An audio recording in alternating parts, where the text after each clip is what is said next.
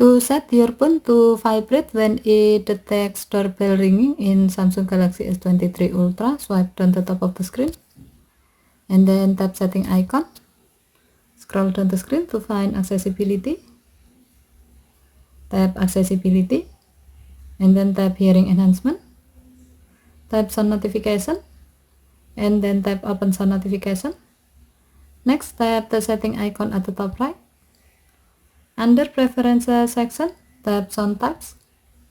While the alert for sound notification is set to allow sound and vibration, tap notification categories. Under priority section, tap doorbell ringing. While the alert for doorbell ringing sound notification is set to alert, tap the gray on off switch next to vibrate to enable this option.